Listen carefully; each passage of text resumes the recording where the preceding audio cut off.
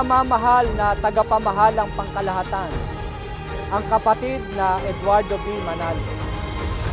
Kami po na mga ministro, mga manggagawa, kasama po ng aming sambahayan, ng lahat ng mga may tungkulin at mga kapatid.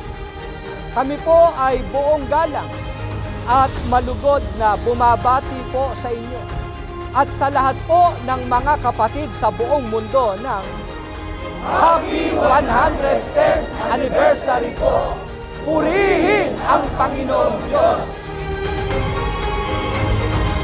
Kami po ay buong lugod na bumabati sa atin pong pinakamamahal na tagapamahalang pangkalahatan, ang kapatid na Eduardo V. Manalo, at maging sa mga kapatid sa buong mundo ng Happy 110th Anniversary po!